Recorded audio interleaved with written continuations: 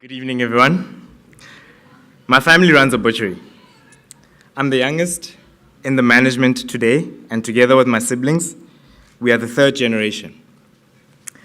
We experienced a drought a couple of years ago, and the Free State was declared a disaster area along with other provinces. The price of meat went up. We experienced a dip in sales, and we had to lay off some employees. Our situation was one of many others that experience such hardships. Agriculture is essential to human sustenance, and it uses 60% of the available surface water in South Africa. Irrigation often occurs during warm temperatures, which leads to evaporation. At times, it can occur such that over-irrigation happens, and this leads to wastage of water and crop harm. The available technology often relies on trained human capacity. Sometimes it is imprecise, and in our country, not everyone has that access nor that privilege. Our startup, Yellow Beast, then realized this gap and decided to respond to this challenge. Next slide, please.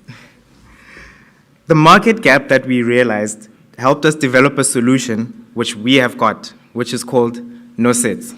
It's derived from the Sesotho word that is Nosetsa, which means irrigate. And it is a precision irrigation product that is an add-on for available irrigation technology. And it uses machine learning to effect autonomous irrigation. And what that means is that the device itself decides when is the right time to irrigate. Think about that for a second. The benefits of that is that you avoid evaporation, which can cause your water loss. You avoid over-irrigation, which can cause harm to your crop. And you safeguard your crops, and you save the farmer a lot of costs in terms of energy, in terms of water, in terms of the crop that they have to produce.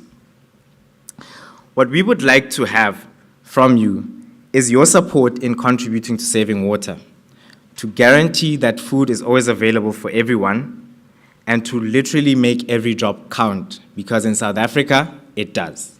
Thank you.